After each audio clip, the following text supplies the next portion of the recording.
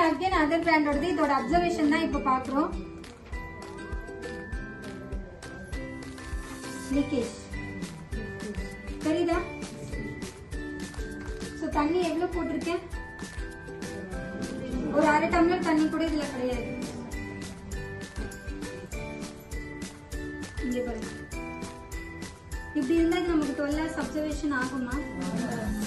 Work பண்ற women, travel போற விமனுக்கு வந்து ரொம்ப ரொம்ப லாங் டேர்முக்கு வந்து நம்மளால சானிட்டரி நாப்கின் வந்து சேஞ்ச் பண்ண முடியாது. அதுக்கு நமக்கு என்ன வேணும்?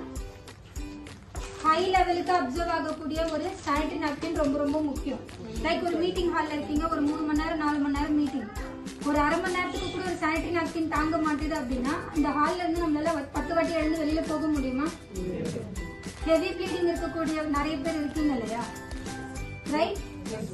ஸோ அந்த அப்சர்வேஷன் கெப்பாசிட்டி ரொம்ப ரொம்ப மஸ்ட்.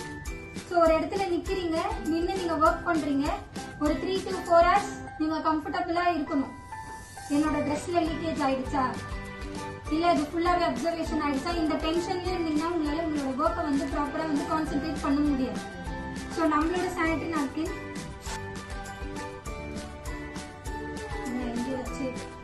இங்க பாருங்க, நம்மளோட சானிட்டரி நாப்கின்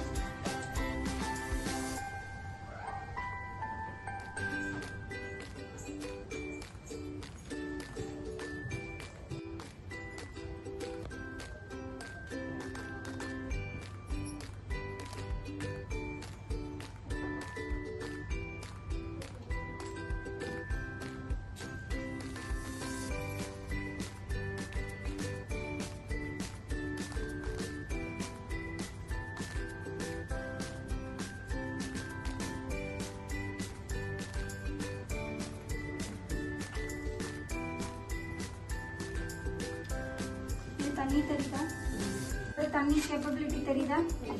எவ்வளவு தண்ணி போட்டிருக்கேன்னு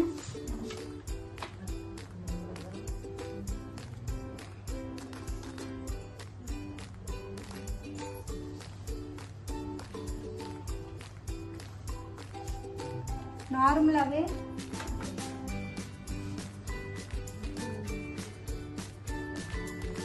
தெரியுதா?